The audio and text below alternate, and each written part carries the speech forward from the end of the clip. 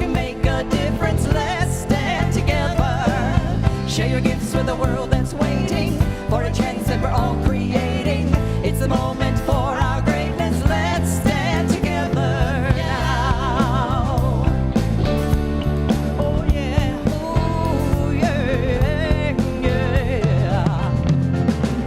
Every day's a chance you can do something amazing to feel your passion blazing and rise.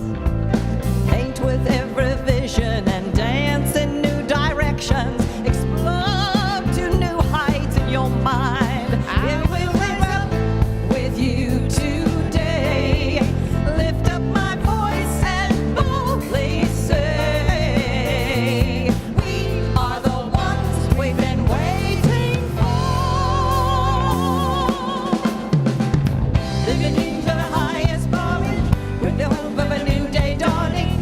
We're the ones who can make a difference. Let's stand together. Share the gifts with the world that's waiting for a chance that we're all creating.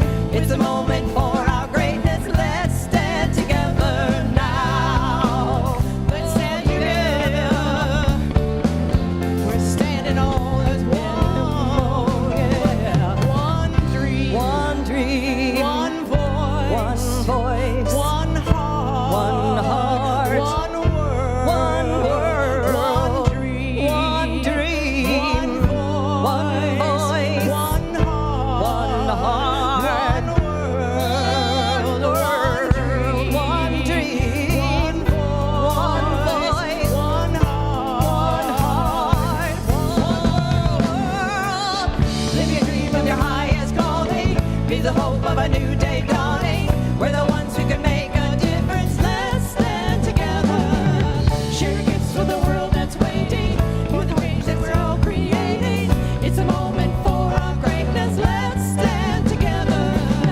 Live your dreams of your highest calling. Be the hope of a new day dawning. We're the ones who can make a difference. Let's stand together. Share your gifts with the highest calling for the change that we're all creating. It's a moment for our greatness. Let's stand together now. Everybody, let's stand together. Everybody, let's stand together. Everybody, let's stand together. Everybody, let's stand together now. Everybody, let's stand together. One world, let's stand together. One dream, one voice, one voice. Everybody, let's stand together. One heart. Everybody, let's stand together. One world. Everybody, let's stand together. Let's stand together. Everybody, let's stand together. Everybody, let's stand together. Everybody, let's stand together. Let's stand together now.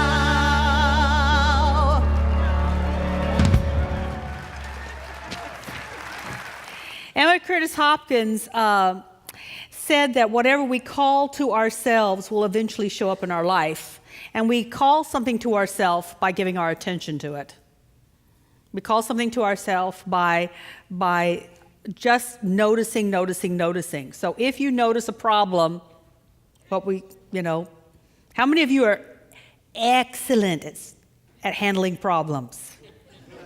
Excellent. Oh, God bless you.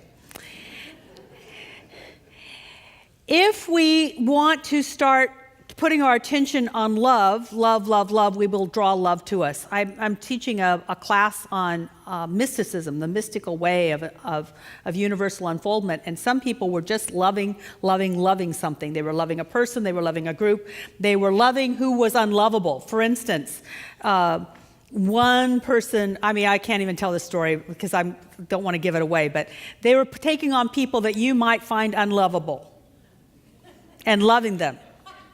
You know what happened? What they found is they were overwhelmed with the love that came to them. What we put our attention on will come back to us, because what we're putting our attention on, we are calling to ourselves through the law of attraction, through the law of attention, through the law of cause and effect. So she says that whatever you do put your attention on what you're calling will eventually show up. If you call love, you'll get love. If you call resentment, you'll get resentment. If you call worry, you'll get worrisome activities. If you call confidence and you see confidence and you want confidence, you will start to find yourself as being confident.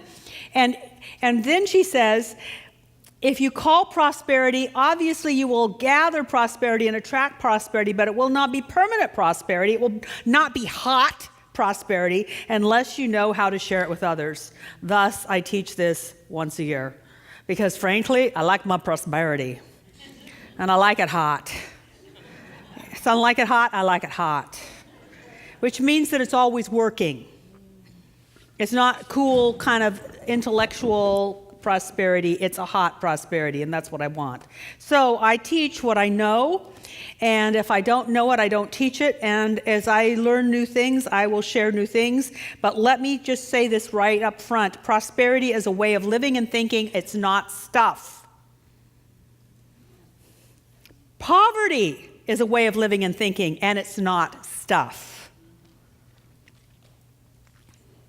I think it was... I forgot his name, but it was Elizabeth Taylor's first husband. Michael Todd. Wasn't it Michael Todd, her first husband? Or was that, she had so many. But anyway, I'm so grateful because she's had more husbands than I have. So I like an ambitious woman. I mean, come on, let's just talk. Anyway, so one of her husbands said, I've been broke many times, but I've never been poor. See, there may have been a lack of money, but there wasn't a lack of consciousness. So therefore, there would be an overcoming and a moving through. Prosperity consciousness makes you hopeful and confident, and you'll try things out. Poverty consciousness makes you fearful, overly cautious, and blind to opportunities. And this is very scriptural. So for those of you that are like, woo, what are we doing here? I don't know what was happening in first service, but frankly, I'm praying for them.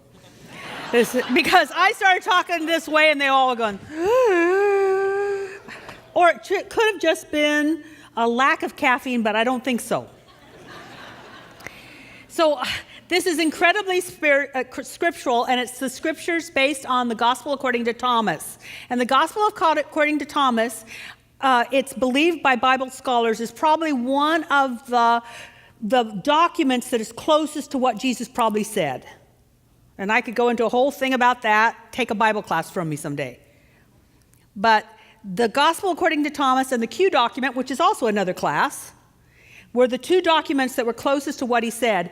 And some of it seems familiar, but it's got a twist, and now I know why it's not canonized. Because in the Gospel of Thomas, he never says, I'm different. I'm God and you're not. Nah, nah, nah, nah, nah. He never said that. Not that he said it in other Gospels quite that way. But it was always about spiritual principle and how to live, and if you live that way, you would live the life abundant. And so here's two of the things that Jesus supposedly is recorded as saying. When you understand yourselves, you will be understood. And when you realize, and then you will realize that you're children of the living God. Now, I need to stop right there because that's important. What we have to understand in this whole idea of children of the living God and understanding ourselves is that something created us, and it's its job to sustain us until we decide to give up this incarnation and move into something else. That which created us must sustain us. If you are living, now just check.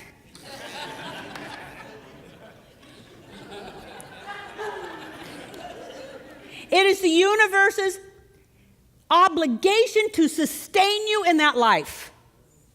I love Hinduism. There's the creator, Brahma. There's the sustainer, Vishnu.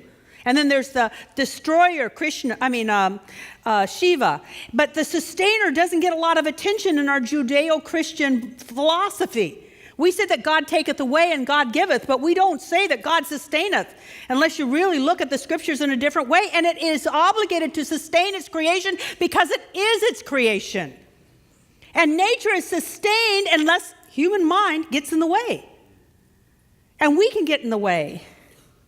And that way that we get into is this belief of poverty, which is a sin, brothers and sisters. Since you love sin so much, Let's just talk sin. That is a sin. It is a sin. It is a mistake to believe that you can be separate from your good because your good is your God and God is present. Got it? And Emma Curtis Hopkins says that prosperity is truly the realization of God's presence in your life. Let's just talk, brothers and sisters.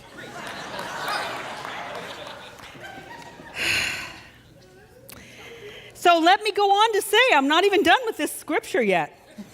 How many of you are just like, oh, goody, we're doing scriptures. Oh, brings back the old days. From now on, I want you to come in here with a Science of Mind under one arm and the Gospel according to Thomas under the other. And then the Bhagavad Gita is in your purse. And the Quran is in your backpack. Let's talk scriptures, brothers and sisters. I'm feeling better.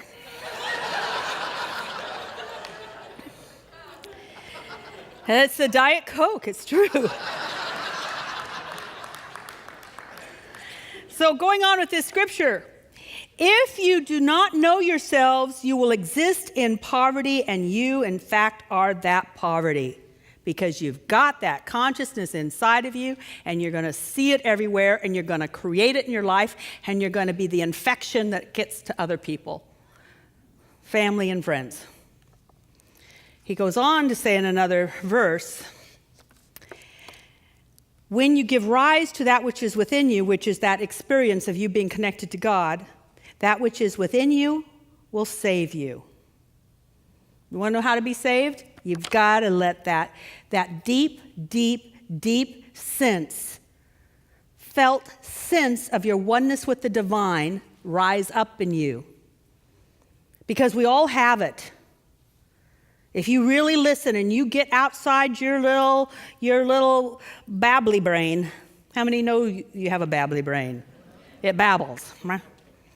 But if you're really still and listen, and that's why it's so important to listen, you will hear things that will inspire you. Not just inspire you, it will comfort you, lead you, and direct you in all of your ways to a life that is prosperous, to a different way of thinking. Now, let me give you an idea of this whole poverty consciousness thing. Last week, I talked to someone, and she came to see me because I can get to stuff really quick. I just, I don't know why, but I think it's after 35 years of doing this. I can be with somebody, I know what their issue is, I say it, they get it, and they're over it. It's a knack. And right away, with all of the story, I said, oh, you have a poverty consciousness. And she said, well, I had a poverty consciousness. I said, but it sure sounds like you're coming from lack and fear and really trying to protect yourself. It sounds like a poverty consciousness. And she goes, oh, yeah. And so we did a prayer work around that. And then after that, she said, oh, and I just remembered I have $1.5 million in the bank.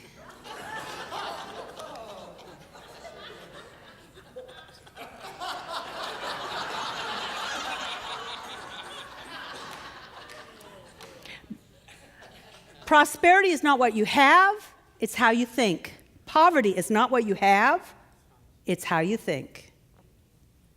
If you're fearful, you can have a whole bunch and still be fearful. In fact, one of the reasons why people try to acquire and acquire and acquire and acquire is they want to somehow feed that fear inside of them that they're not okay and they don't have enough. And what is that? Poverty consciousness. And the opposite of that is being filled with something that is a realization of who you are, and we would call it prosperity consciousness. Now, how do you get from poverty to prosperity? That is the question. Because I've heard a whole lot of things in these teachings like, well, but how do I do it? There's different paths. I'm going to give you some ideas now, but really, isn't that the thing? How many of you have been told and know that you need to forgive, but you're like, I can't forgive them? Only me? There's a few of you. Praise God. I want some company here. How many of you know you need to love someone, but you can't? It's because it's them. If they would change, you could love them. Do you know, I mean, really, I really see that what's so important in our country right now is that we say oneness and then won't listen to the other side. And what's really important is that a bunch of us are so willing to open our hearts and listen to anybody and listen to any expression of the divine through their politics. Otherwise, it's just a bunch of foo-foo funny talk. So how do you move from poverty to prosperity? I have 3 ideas today, and I'm going to have 3 more talks after this. First one is study. Study, study, study, study. I was poor. I could go into it. We were not, I used to think we were lower middle class. When I look back at it, we were not lower middle class. If you have to eat beans for the last 2 weeks of the month, you're not lower middle class. If you can't afford to put shoes on your kids, which was me in middle school, if you can't afford shoes for your child, you are not lower middle class or poor. So that's what I grew up with. And then when I got the idea that I could be different, man, I wanted it and I studied it. And the studies are, now that they've studied it, you can become a master at anything if you're willing to study. Not be a dilettante and say, oh yeah, oh God, I'm going to prosper. But you got to study it.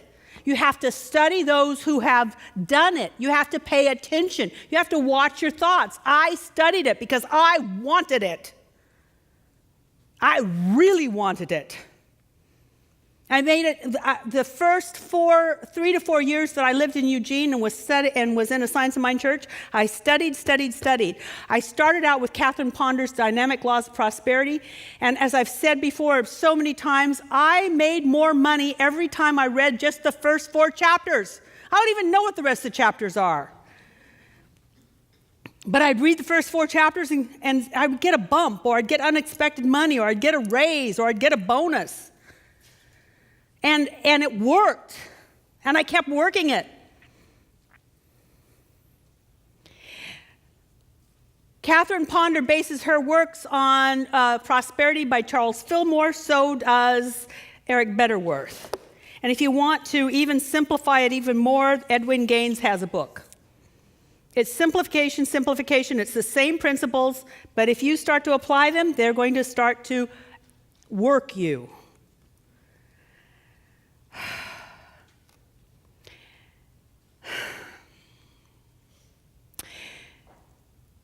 We can accomplish anything. I could even become a musician if I studied. I say that I don't do languages, but if I studied, I could learn a language. You can do anything if you put your attention on it. What are you studying? What are you studying? And will it have long-term benefits? That's the question.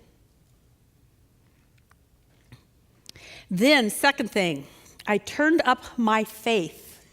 Now, I say turned up, and I'm using it specifically because faith is like a rheostat. We all have it. We just sometimes have it turned down way low. But you don't have to acquire faith. You don't need faith. You just need to turn up your faith.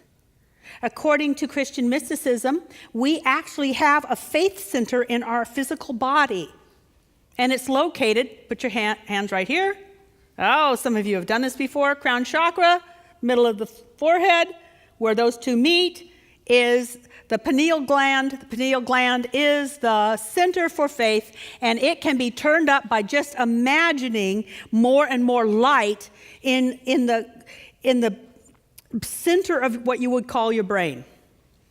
The center of your skull, see that light, see it radiating, and you're actually turning up faith. You turn up faith by actually imagining it, and then by trying things out and watching and experimenting and continuing to study and noticing what can happen. Now, here's the deal. If you ignite your faith, right below your faith is the center for imagination, and you will start seeing new possibilities in your life. You will see goals that you may not have considered when you had very little faith. When I don't have goals, I know it's because my faith is dimmed. because I know I can't have it because I don't have the faith to have it. I turn up the faith and I start imagining. And one of the first times I did this is, and I have to look back and see how that worked. I was working on my faith because I was studying prosperity. I was seeing myself as an expression of the divine. I was seeing that God and the universe owed me a living. The world doesn't. My parents don't. But the universe owes itself to its creation to support its creation. And so my faith is being turned up. And I remember it was in November, and my boss at that time always gave out bonuses for Christmas. And that's how I got my Christmas presents. And at the time, and this was in the mid-'80s, I decided that I would really like to have a bonus of $500. Now, I'd never gotten a bonus of $500. I think the most I'd ever gotten was $100. And for me to even imagine that, which is it was almost as much as I made a month. I mean, for me to even imagine that was because my faith was turned up. And so I could imagine a greater expression of good. So I said, very lightly, I'd like a $500 bonus. I'd just like a $500 bonus. That would be nice. More than just that, even 100 was a big deal. It's like, 500 would be really great. And when he took 5 $100 bills and put them in my hand, I go, this stuff works. Now, here's the deal that I also noticed, because I'm a student now, I'm studying. When I don't really have my faith turned up, I want to pressure things to happen. I want to make them happen. I'll even say things like, I'm going to demonstrate it. And why is that? Because I don't have the faith to just let it happen. See, the truth of what we teach is we don't make happen, we make welcome. Faith makes welcome. Faith allows you to imagine something that you would not have imagined before. Faith, imagination, by the way, is located in your pituitary gland. They're really close together. You activate faith, imagination for a greater experience of life will start to just happen. When I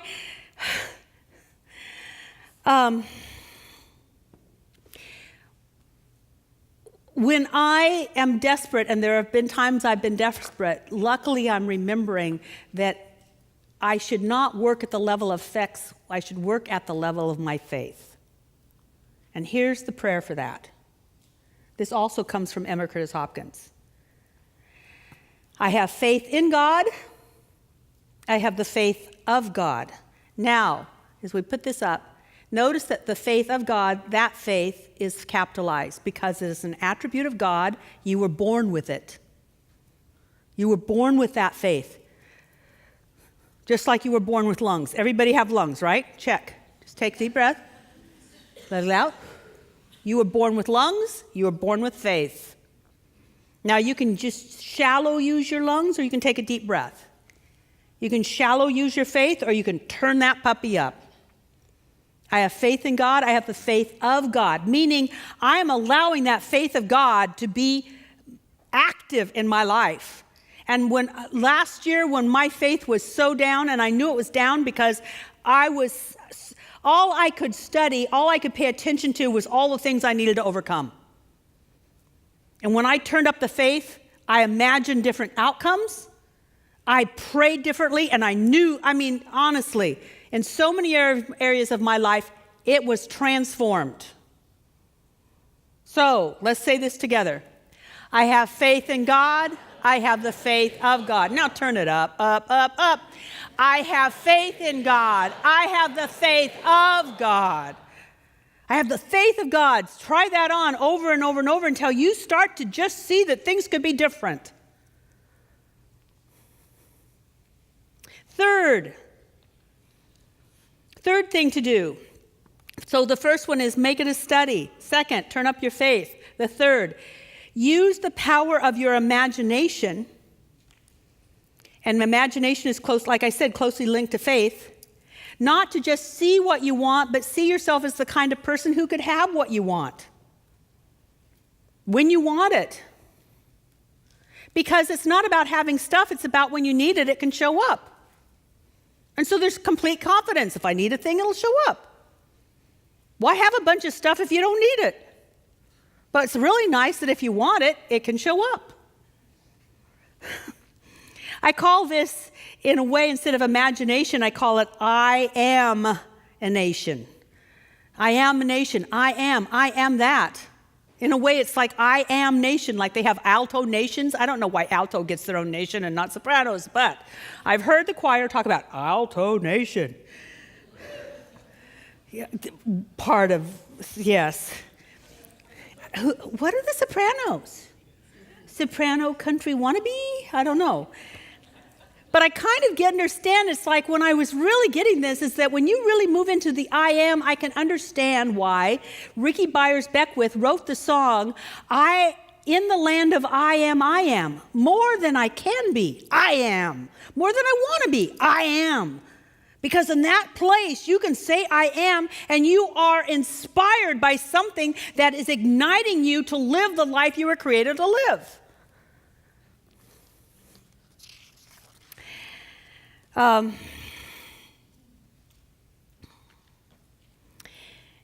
don't know how it shows up, but it just does.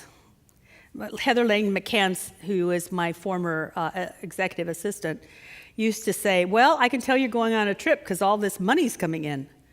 Because she'd open my mail, and if I need money, I get unexpected money. I just get checks from people. I don't know why, and I don't question it.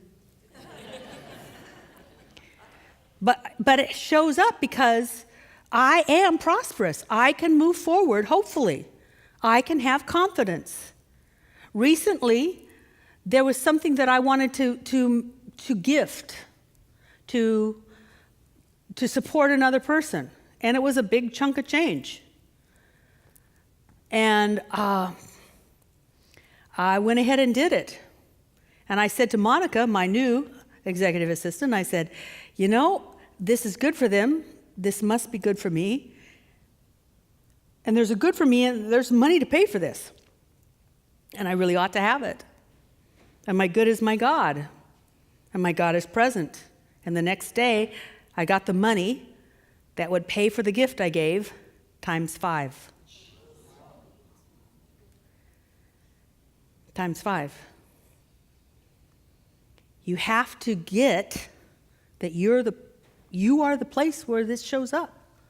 Now, I must admit that I was tested once, big time test, because in my early 20s, I was married to a logger, because that's what you did when you came from Springfield. And he was paid pretty well for 6 months out of the year. As soon as it got rainy, they closed the woods. And so we lived on unemployment for 6 months out of the year. I divorced him, did my own work, my own inner work, and because I was seeing myself as more prosperous, just seeing myself as more prosperous, my next husband owned lumber mills.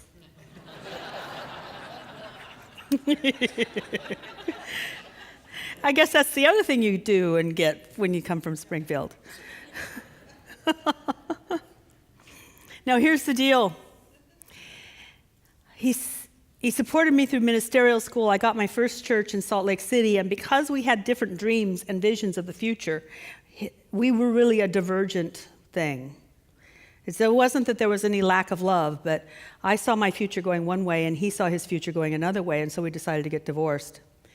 And I remember being in Salt Lake City, and I know that what I asked for was, I said, well, actually, he wanted to give me everything that was in Salt Lake, which was our furniture, and his Harley, and his Dodge Ram Charger, and my Corvette, and our furniture. And he was going to give me $10,000 so that I could buy my own home someday, at least a down payment. That's what I was getting, and he was keeping the company in the millions. In the 80s, when there was this, millions actually meant something. And it was perfectly okay. And I knew that that was the right thing to do for him and his evolution. And I remember being in the kitchen and thinking, oh, I am divorcing my prosperity. I'm divorcing that which has taken care of me. And then I had another thought. No, he let me experience great prosperity, and I have that now. And I cannot be separate from that prosperity. And even today, driving in, my eyes filled with tears of gratitude that he showed me how life could be lived. And because I know that, and I held that, it's mine, and I've lived that life. I've taken that $10,000, and I've done very well.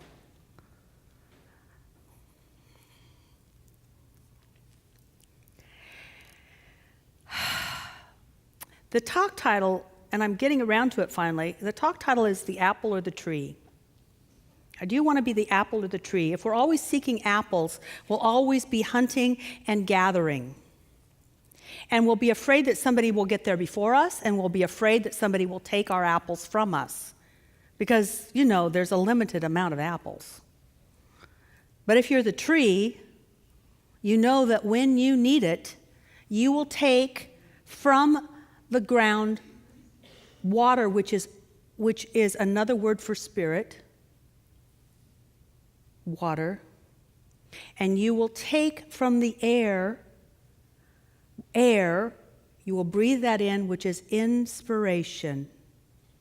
You will be inspired by spirit in some way that somehow what will flow from you and out of you will be the prosperity that you desire. You have to decide whether you will be a hunter or gatherer, or you'll be the tree itself. Any questions? No, really. Any questions? I mean, we're talking stuff that was scaring the living daylights out of first service, so come on up.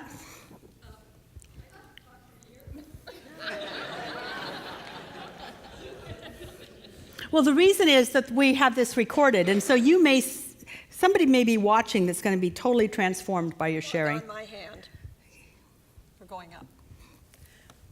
My question is, why can't I be all of it if I have a good imagination? I can be the apple when I need to. I can be the tree. I can be the hunter. I can be the gatherer. I can be whatever I need. Yes, and that's being a tree.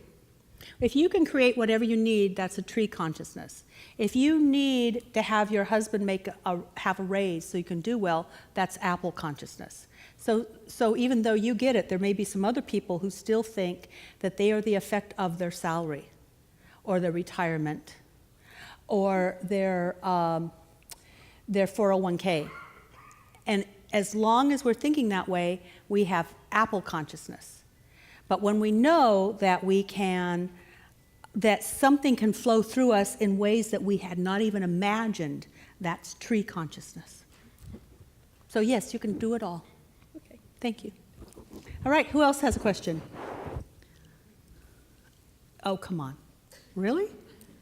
You're going to walk out of here and totally be, because I'd love for you to have this big open heart of God will support me in anything. So my problem with prosperity and accepting my good is that I've made mistakes in life. And the voice in my head says, you've made mistakes, you don't deserve this. How do you get rid of that? Sit down here, honey. All right.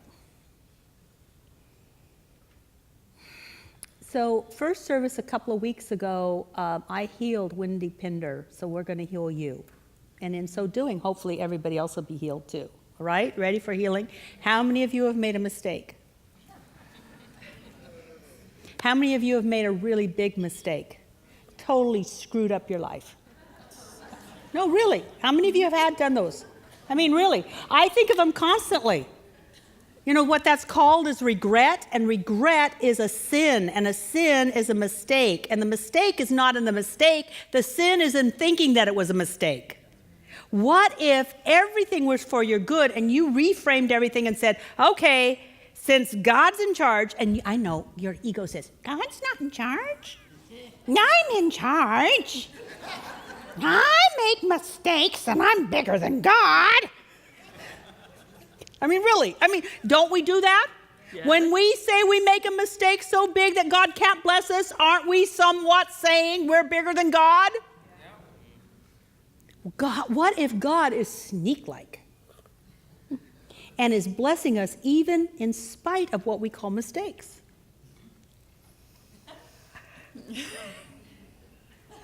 Isn't that exciting? Sure. She asked me if I'm sure.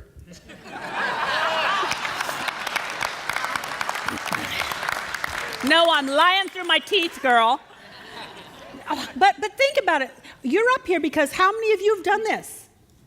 Last week I thought of 2 big things that I wish I had done differently. And then I went off on this little story about if I'd done it this way, life would be different. How many of you have been there? There was a move I wish I'd made that I didn't. There was a move I wish I'd made that I did that I didn't. How many of you, we do this? That is just the mind thinking that somehow we can block our good, which then blocks our good. So the sin is not in us doing it. The sin is thinking that somehow God can't overcome that. So we have made a God, which is the infiniteness of the universe. We've dummied it down to something that can't overcome our missteps. That's a tiny God. And so we all want a bigger God. And a bigger God can work through any mistake. So here's the deal. I'm healing you.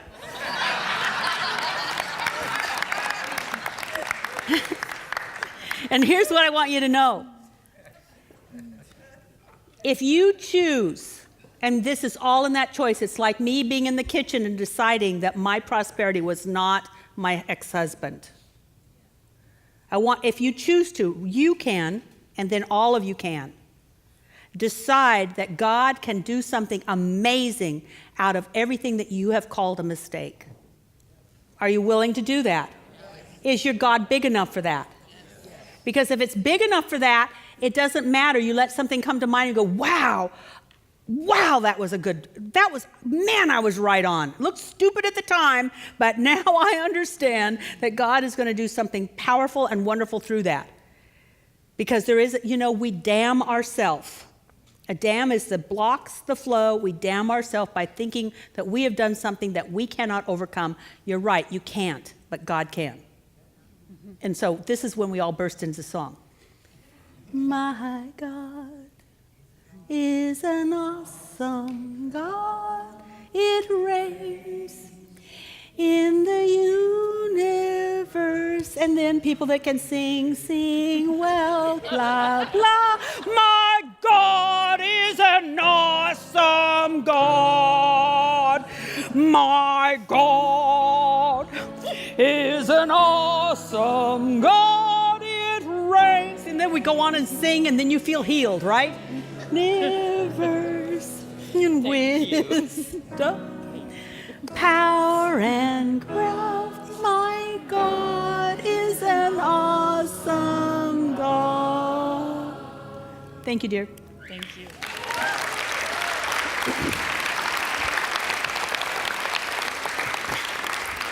And that's why one of the things that I love about spiritual practice, and it's practice, because our head will take us down to places.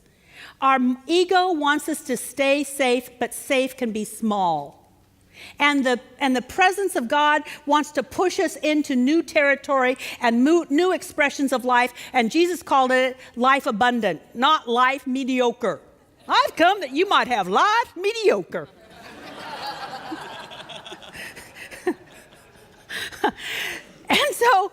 And so what will happen then is that the ego will say, but yeah, you made a mistake. And that's all just this mechanism that wants to keep us safe, which means keep us in familiar territory, which is comfort zone, which is small.